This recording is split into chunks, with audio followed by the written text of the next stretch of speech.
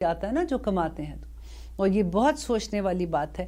پھر آگے کہتے ہیں کہ انما بے شک یقیناً صرف حرام کیا۔ اب دیکھیے یہ پہلی دفعہ یہ آیت آ رہی ہے جس میں قرآن میں ہمارے اوپر حرام کی بات آ رہی ہے کہ کیا چیزیں اللہ سبحانہ تعالیٰ نے ہم پہ حرام کی ہیں۔ کیونکہ دیکھیں ہماری عادت ہو جاتی ہے، جیسے کوئی بھی بات ہو، دیکھو یہ کام نہ کرنا حرام ہے، یہ کام یہ اسلام میں حرام ہے، کتنے آرام سے ہم کہہ دیتے ہیں۔ لیکن اسلام میں جو حرام چیزیں ہیں نا جن کے لیے یہ بہت تھوڑی ہیں۔ اب آپ دیکھیں یہاں پہ 4 چیزوں کا ذکر آئے گا، لیکن انشاءاللہ جہاں اور بھی آئے گا بتاؤں گی۔ ہاں منع ہے اور وہ گناہ کبیرہ ہے، گناہ صغیرہ ہے، لیکن حرام کا لفظ بہت بڑا لفظ ہوتا ہے۔ یہ اللہ سبحانہ تعالیٰ اب یہاں پہ کہہ رہے ہیں نمبر 1 انما حرم علیکم، بے شک یقیناً حرام کیا علیکم تم پر، المیتتا۔ میتتا کس کو کہتے ہیں؟ مردار کو۔ مردار دیکھیں اس میں نمبر 1 جب ہم ایسی کوئی بھی آیت پڑھتے ہیں تو پھر ہم دیکھتے ہیں اچھا اس میں کیا فائدے ہو سکتے ہیں، کیونکہ ہم اپنے اوپر اپلائی کرنا چاہتے ہیں۔ تو آپ یہ دیکھیے کہ نمبر 1 رول آپ یہ رکھیے کہ اللہ سبحانہ تعالیٰ نے کہا ہے تو بس ڈن ڈیل، سمعنا و اطعنا، ہم نے سنا اور ہم نے عمل کر لیا۔ اب ہمیں نہیں پتہ اس میں اچھائی کیا برائی کیا، بس اللہ نے منع کر دیا، ہم نے کر لیا۔ لیکن کیونکہ ہم انسان ہیں، ہم یہ جاننا بھی چاہتے ہیں کہ اچھا اگر یہ منع ہے تو اچھا اس میں کیا کیا باتیں ہوں گی۔ تو دیکھیے میتتا مردار جو اللہ سبحانہ تعالیٰ نے یہ منع کیا نا، کیونکہ گوشت جیسے ہم کھاتے ہیں تو بکریاں یا گائے جو چرتی ہیں، اب کئی دفعہ ہوتا ہے یہ مردار وہ ہوتا ہے جو اپنی طبعی موت مر جاتا ہے۔ اور اگر کوئی ایسا جانور جو مردار پڑا ہوا ہے، اب ہمیں نہیں پتا کیونکہ وہ چاہ رہی ہیں کوئی انہوں نے ایسا جڑی بوٹی کھا لیا جو زہریلی تھی، یا کوئی ایسی چیز انہوں نے کھا لی ہے یا ایسی چیز نے ان کو کاٹا ہے جس سے ان کے جسم میں زہر چلا گیا۔ اب جو وہ کھائے گا ڈیفینیٹلی اس کا افیکٹ اس کو بھی ہوگا۔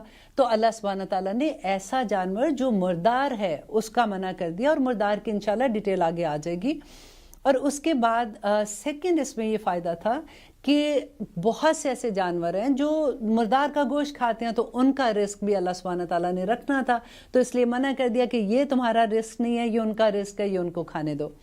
ودما نمبر 1 مردار تھا، ودما سیکنڈ خون جو ہے دیکھیے وہ لوگ اب میں نے پہلے بھی اس کے بارے میں بتایا تھا کہ پہلے زمانے میں مشرکین مکہ میں یہ ہوتا تھا کہ جیسے اگر ان کو بھوک لگتی تھی تو کیا ہوتا تھا، اونٹ کھڑا ہوا ہے یا ان کے بکری ہے یا گائے ہے یا جو بھی ہوتا تھا، تو ایک تیز چیز لے کے نا ان کو چبھو دیتے تھے، اور وہ اسے جو خون نکلتا تھا وہ جمع کر کے وہ پی لیتے تھے جب بھوک لگتی تھی۔ تو وہ اللہ سبحانہ تعالیٰ نے منع کر دیا۔ اس میں یہ بھی تھا کہ دیکھیے وہ لوگ جو فیملیئر ہیں حجامہ کرانے سے، حجامہ آپ کو پتہ ہے اس سنہ آف نبی صلی اللہ علیہ وآلہ وسلم، تو میں نے حجامہ کا جب کورس کیا تھا مجھے بہت شوق تھا کہ میں خود کروں اور میں دیکھوں کہ اس میں کیا ہے، میں پریکٹس نہیں کرتی ہوں اس کی، لیکن یہ ہے کہ جیسے خود سے دل چاہتا ہے کبھی بچوں کو کرنا ہوتا ہے تو میں کہتی ہوں اچھا آؤ میں کر دیتی ہوں، مجھے بہت مزہ آتا ہے کرنے میں۔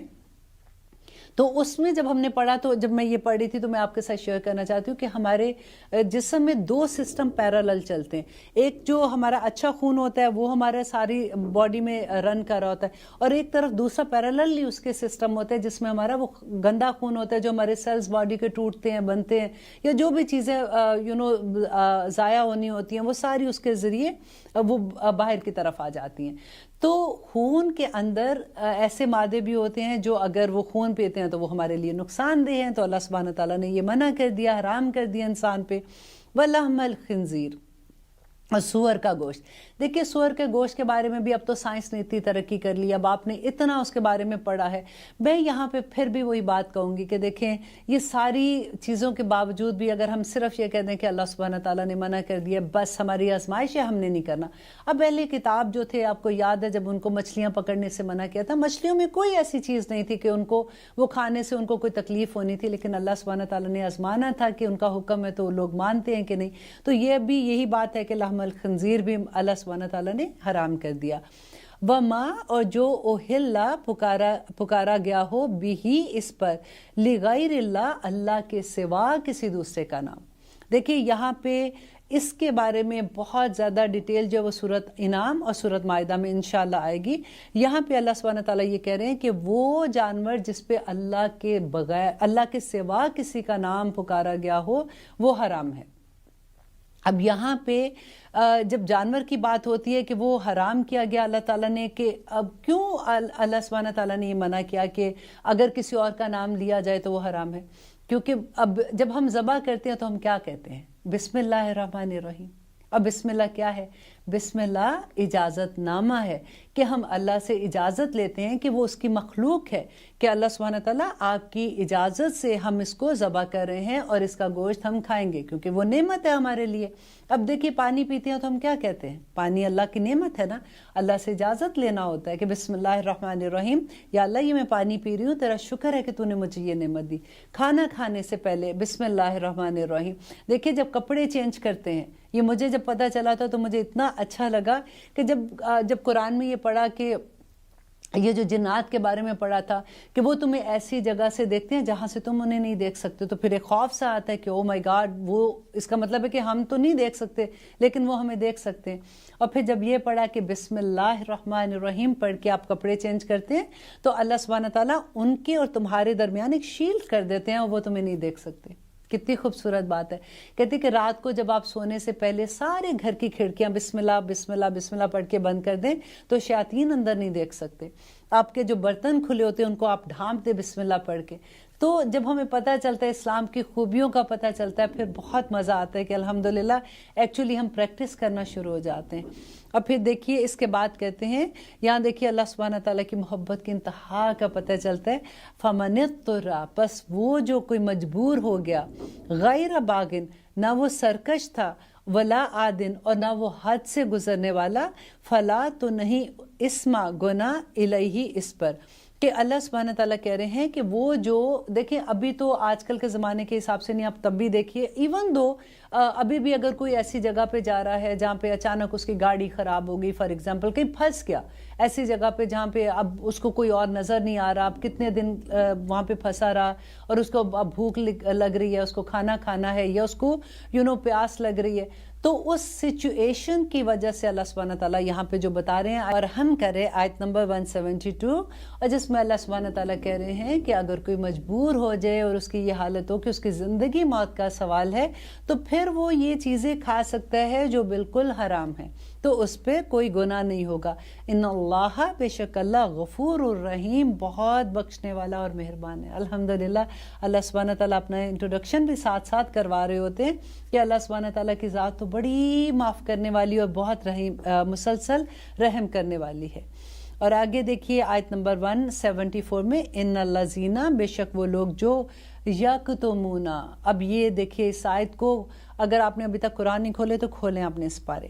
اب دیکھیے کہ اللہ سبحانہ تعالیٰ یہاں پہ کیا کہہ رہے ہیں کہ ان الذین, بے شک وہ لوگ جو یکتمون, جو چھپاتے ہیں, ما, جو انزل اللہ, جو نازل کیا اللہ نے, من الکتاب, کتاب میں.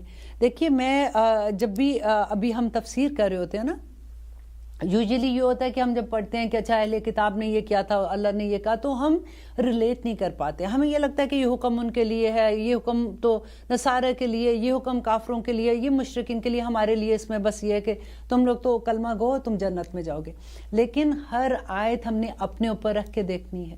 ہم نے سمجھنا ہے کہ اللہ سبحانہ تعالیٰ اس میں ہمیں کیا کہہ رہے ہیں کہ ان الذین, بے شک وہ لوگ, یکتمون, جو چھپاتے ہیں, ما انزل اللہ, جو اللہ نے نازل کیا, من الکتاب, کتاب میں. تو آپ ذرا سوچئے کہ کیا ہم چھپاتے ہیں؟